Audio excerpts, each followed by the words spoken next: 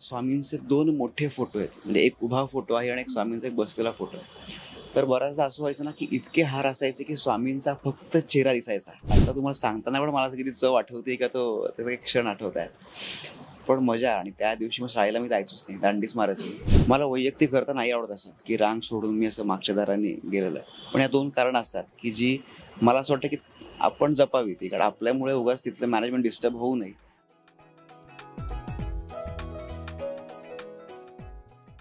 नमस्कार, मी अंकिता शिंदे. इट्स मज्जामध्ये तुम्हा सगळ्यांचं स्वागत. दत्त जयंतीच्या तुम्हा सगळ्यांना खूप साऱ्या शुभेच्छा. आणि आत्ता माझ्यासोबत आहे तुम्हा सगळ्यांचे लाडके अक्षय मुडावतकर, म्हणजेच जय जय स्वामी समर्थ या मालिकेतून स्वामींची भूमिका साकारत ज्यांनी आपल्या सगळ्यांची मनं जिंकली आहेत. कसे आहात? मी मस्त. तुम्ही कशा आहात? मस्त. एरवी मालिकेमध्ये वेगवेगळे प्रसंग आम्हाला पाहायलाच मिळतात, पण आता दत्त जयंती विशेष पाहायला मिळणार आहे. तर काय सांगाल त्याबद्दल? कसं सुरू आहे शूटिंग आणि एकंदरीतच दत्त जयंतीबद्दल काय सांगाल?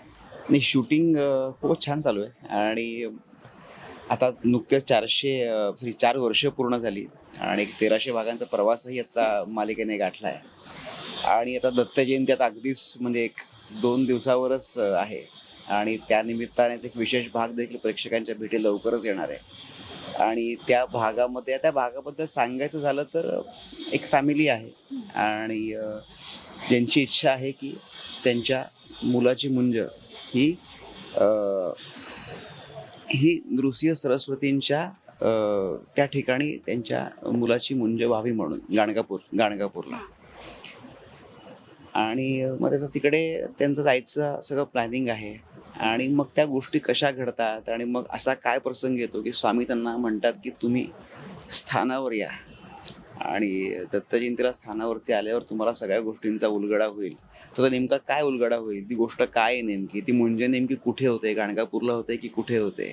सो ह्या सगळ्यांच्या भोवती फिरणारी ती गोष्ट आहे जी तुम्हाला दत्त जयंती विशेष भागामध्ये अगदी या येत्या शनिवार रविवारमध्ये पाहायला मिळेल.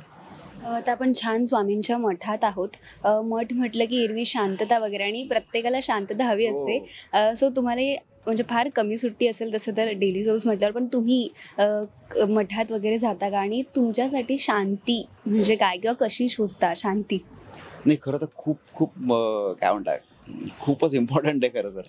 आणि मठात जातो मी. म्हणजे मी जिथे राहतो तिकडे अगदी जवळ एक स्वामींचा मठ आहे आणि तिथे पण मी असंच शूट संपलं की रात्री 9, 9:15 वाजता आम्ही जातो. मी आणि बायको आम्ही दोघे जातो. आणि बऱ्याचदा ॲक्च्युली खरं तर असं होतं की आपण तिथे गेले कोणी ना कोणी भेटणं. सो म्हणून मी थोडंसं लेट याकरता की जरा एक गर्दी ओसरलेली असते. दर्शन पण छान होतं आणि मग निवांत आम्ही तिकडे अर्धा पाऊण तास जरा बसतो आणि मग निघतो. सो खूप मस्त वाटतं. आत्तासुद्धा आपण खूप लवकर इथे आलो आहोत. अजून तसं लोकांची अजून गर्दी झालेली नाही आहे. त्यामुळे इतकं छान वाटतं ना. आणि शांततेत स्वामींचं दर्शन घेणं आणि त्या वातावरणात किंवा त्या आवारात बसून राहणं हे मला प्रचंड आवडतं. पण कधीतरी असं झालं, शक्य नाही असं होणं, पण कधीतरी असं झालं तुम्ही एखाद्या मठात गेलात आणि फार गर्दी नसल्यामुळे तुम्हाला नाही कोणी तुमचा ऑडियन्स भेटला, पण ऑब्व्हियसली कलाकाराला प्रेक्षक हवेच असतात, पण असं कधी झाले तुम्हाला वाटलं की म्हणजे तुम्ही फायनली तुम्ही आणि स्वामी असे एकटे होतात किंवा इतर कोणी फॅन्स नव्हते असं? हो, झालंय. मी तेच सांगतो ना, म्हणून मी 9 नंतर जातो शक्यतो. आणि बऱ्याचदा मी काय करतो, कॅप वगैरे घालून मी जातो की शक्यतो पटकन मग कोणी असं रेकग्नाईज करत नाही. पटकन दर्शन घेऊन आणि एक साईडला एक छानशी जागा बघायची आणि तिथे बसून राहायचं. कारण बऱ्याचदा काय होतं ना, आरती झाली की मग लोक तशी आरतीनंतर बऱ्यापैकी घरी जायला निघतात. म्हणून थोडा उशिरा मी जातो बऱ्याचदा. पण आवडतं मला. आणि बऱ्याचदा झालं असं की मग कोणी नसतं आणि मग शांत आपण एक तिकडे त्या गाभाऱ्यात बसून राहायचं किंवा त्या आवारात बसून राहायचं आणि आवडतं. मालिकेत तर आम्हाला दत्त जयंती विशेष पाहायला मिळेलच, पण तुम्ही जेव्हा लहान होता तेव्हा तुमच्या घरी दत्त जयंती हा उत्सव कसा साजरा व्हायचा? मी लहान असताना आमच्या घरी दत्त जयंती आणि गुरुपौर्णिमा हे म्हणजे आपण एखादा सण साजरा करतो ना, तशा प्रकारे व्हायचं. कारण माझं सगळंच बालपण एका आजी आजोबांकडे गेलं आणि माझे आजोबा हे नाडीतज्ञ होते. त्यामुळे त्यांच्याकडे येणारे लोक भरपूर होती. सारखी रोज बरीच जण ये जा असायची आणि ते पारायण करायचे. त्यामुळे दत्त जयंतीला जी एरवी येणारी सगळी लोकं असायची ती सगळी लोकं त्या दिवशी आमच्या घरी यायची. म्हणजे अगदी त्या दिवशी आमचा म्हणजे दिवस खूपच, म्हणजे मी शाळेत असतानाची गोष्ट राहते. तर म्हणजे अगदी सकाळी 7-7:30ला दिवस सुरू व्हायचा. आणि मला अजूनही आठवतं दुपारी 12ची आरती. म्हणजे आमचं अगदी लहान घर होतं तेव्हा नाशिकमध्ये. पण ते घर पूर्ण पॅक असायचं. आणि आमच्या घरात स्वामींचे 2 मोठे फोटो आहेत, म्हणजे एक उभा फोटो आहे आणि एक स्वामींचा एक बसलेला फोटो आहे. तर बऱ्याचदा असं व्हायचं ना की इतके हार असायचे की स्वामींचा फक्त चेहरा दिसायचा, बाकी पूर्ण तो फोटो तर पूर्ण सगळे हार असायचे दोन्ही फोटोंना. आणि मग दुपारची आरती व्हायची, आरती पण अगदी पूर्ण अर्धा पाऊण तास, आणि इतकं प्रसन्न वातावरण असायचं ना. आणि मला अजून आठवतं की आजी आहे ना प्रसाद म्हणून दाण्याचं कूट आणि साखर, पिठी साखर असं मिक्स करून तो एक प्रसाद असायचा. आणि बऱ्याचदा मग लोक पेढे वगैरे जे आणायचे, सो त्यात ते पण मिक्स करायचे. तर ती चव पण त्या प्रसादाची इतकी छान लागायची. म्हणजे आता तुम्हाला सांगताना पण मला असं किती चव आठवते का तो त्याचा एक क्षण आठवत आहेत. पण मजा. आणि त्या दिवशी मग शाळेला मी जायचोच नाही, दांडीच मारायची. मला फार आवडायचं दिवसभर ते तिथेच थांबणं. सगळे लोक ये जा सुरू असायची, मग संध्याकाळची आरती व्हायची आणि मग दुसऱ्या दिवशी मग घरात प्रसाद असायचा. मग सगळ्यांना मग जेवण आणि या अनुषंगाने. त्यामुळे ते 2 दिवस दत्त जयंती आणि गुरुपौर्णिमा जसं आपण दिवाळी दसरा साजरा करतो त्याप्रमाणे आमच्या घरात साजरा व्हायचा. आता ऑफकोर्स आजोबा नाही आहेत, त्यामुळे आता तसं त्या गोष्टी पुढे तेवढ्या प्रमाणात नाही होत. पण मग अजूनही दत्त जयंती या गुरुपौर्णिमेला आमच्यापर्यंत आम्हाला जर शक्य होईल त्याप्रमाणे आम्ही घरात करतो. एकूणच लहानपणापासूनच तुमच्या अवतीभोवती माणसांची गर्दी कायम आहे. पण आता जसं की मालिकेत प्रत्येक प्रसंग असतो किंवा सण असतो किंवा जे जे मालिकेतले टप्पे असतात त्यानुसार तुम्हाला ऑब्व्हियसली गेटअप्स असतात, ती कथा प्रेक्षकांना सांगितली जाते. आणि आता दत्त जयंती किंवा दत्तगुरूंचा गेटअप ऑब्व्हियसली असणार आहे, तो लुक असणार आहे. तर जेव्हा कळलं की आता हा भाग असणार आहे, तेव्हा साधारणतः काय विचार होत आहे? मी म्हटलं की दत्त जयंती एक तर कायम ना जवळचा विषय हा कायम. त्यामुळे आता काय आपण दाखवणार आणि दत्त जयंती जवळणार म्हटलं ही एक कल्पना मला होतीच की आता आपण या अनुषंगाने एक काहीतरी आपण म्हणजे एक गोष्ट असेल की जिकडे दत्तरूपातले स्वामी म्हणजे त्या अनुषंगाने जाणारी एखादी गोष्ट असेल म्हणून.